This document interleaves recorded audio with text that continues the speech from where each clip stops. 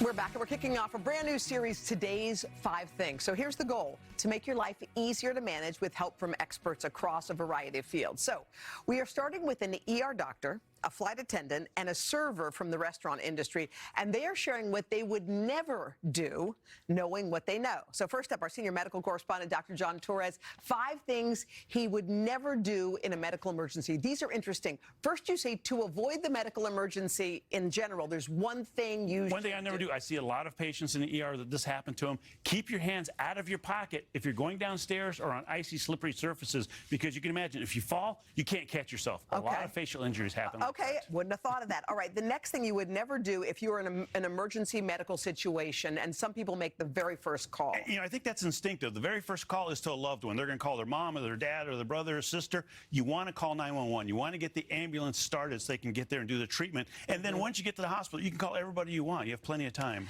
This is another interesting one, your number 3, which is sometimes in a medical emergency, you might think, I could get that person there faster if they just hopped in the car with me. And that's the wrong thing to do for a couple reasons. And a lot of patients do this, and a lot of people do this with the patients, is number 1, you want to get treatment as fast as possible. Right. You think you can get there faster, but the ambulance brings the treatment to you. And so they bring treatment and equipment, which is crucial to get there as quick as possible. Number 2, if you're with a loved one who had a heart attack or some kind of medical emergency, you're driving down a freeway and they have some kind of medical emergency, again, they pass out or they have a seizure, you're not going to be paying attention to the road. You're going to crash. Quickly, a little bonus one. You say if there's a cut and the person is bleeding, there's something you should never do. You want to apply direct pressure. Get a cloth, get a T-shirt. Don't use paper towels, tissues, toilet paper, because it gets stuck. We have to clean that out. Okay, don't do that. All right, you got 2 more. Don't leave someone unattended in the ER. They need an advocate because they're not going to be thinking straight, especially if they're hurting. So have somebody there who can ask questions. Big tip, it's okay to be pushy. It's not okay to be obnoxious. Okay,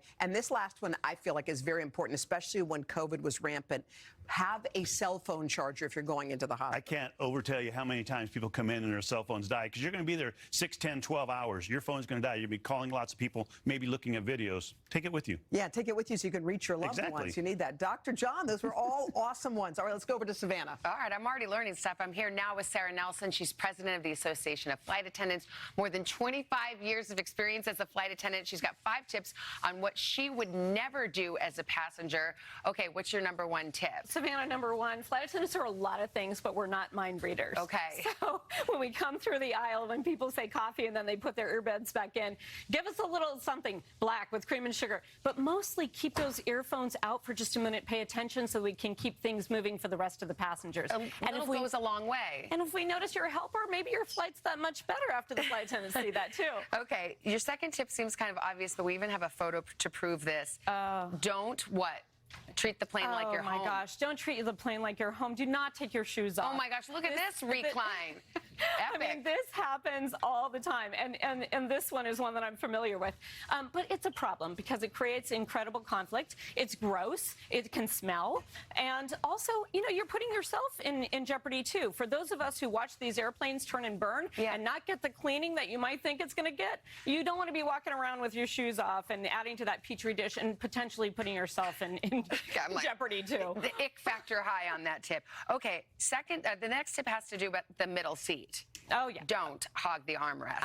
Do not do it, okay? The window person gets to all that space against the cabin, the side door, and they also have an armrest. And the person in the aisle, unless there's a drink cart there or the seatbelt sign is on, they can get up and they have lots of room to roam around.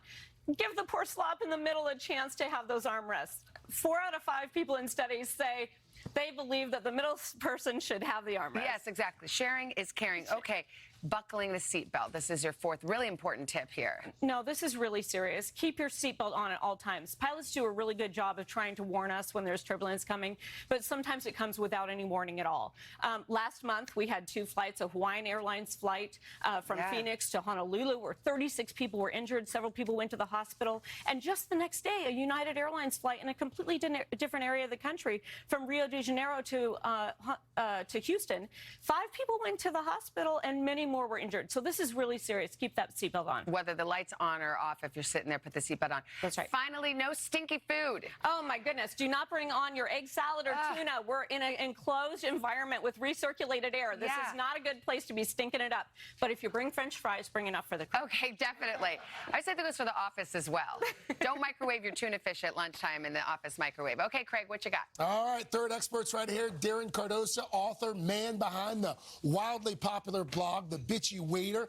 He's a longtime server, more than 3 decades of experience, and you've got 5 tips for what you should never do in a restaurant. Let's start with number 1. What's the one thing you would never do, Darren? I would never go into a restaurant and just start moving the tables to my liking. Those tables are placed there methodically. There is a method to the madness. Servers know which one is their responsibility. So if you start moving them around, it just makes it wonky in there, and nobody knows who's in charge of what table. So just don't do it. The next one is a warning about menus. This is not one I would have thought about, but it makes a lot of sense. Yeah, I would never use a physical menu without washing my hands immediately, because those things are like Petri dishes. They're pretty gross. They land on the floor. They're just placed wherever they go. So just imagine holding one of those dirty things and then using your same hands to pick up some of that sweet, sweet complimentary bread.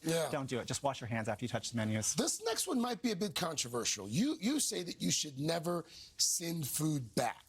Well, I would never send food back just because I didn't like it. Okay. You know, if it's cooked improperly, or if I ordered a burger and they sent out a chicken sandwich, I'm going to send it back. But if you order a squash soup that's got cumin in it, and that's what it says in the menu, and then you taste it and you're like, I don't like squash soup with cumin, that's not a good reason to send it back. You just have to ask for them to wrap it up, and maybe somebody at home will eat it for you. Next one, tipping. I would never, ever leave a server no tip, even if the service is subpar, because servers, they're paying taxes on the tips that the government assumes you're making. And a lot of times you're tipping out a bartender, a busser, a food runner, and if the customer doesn't leave a tip for you, then we're reaching into our own pocket to tip those people out, and then we're basically losing money to tip, you know, to wait on these people. To be clear, standard percentage on a tip for a server is still what? 20%. 20%. This last one I found really hard to believe. People are leaving unsanitary objects on tables? It happens far too often. Like, I would never leave like a used tissue or an old mask or a dirty diaper. We've got photo evidence of this last one. This happened twice in my career, and that is 2 times too many. So why anybody would do that, I don't understand, but I've been working in restaurants for a long time. It happens. I'm in pre-production for a movie now about the waiting industry, so maybe not much longer for this. All right. Take your dirty stuff with you. Out of here. Darren, thank you. Thank you as well to Sarah, Dr. John. Some great tips there, guys. Really appreciate that. Mr. Roker, what you got? I love that. All right, take a quick look.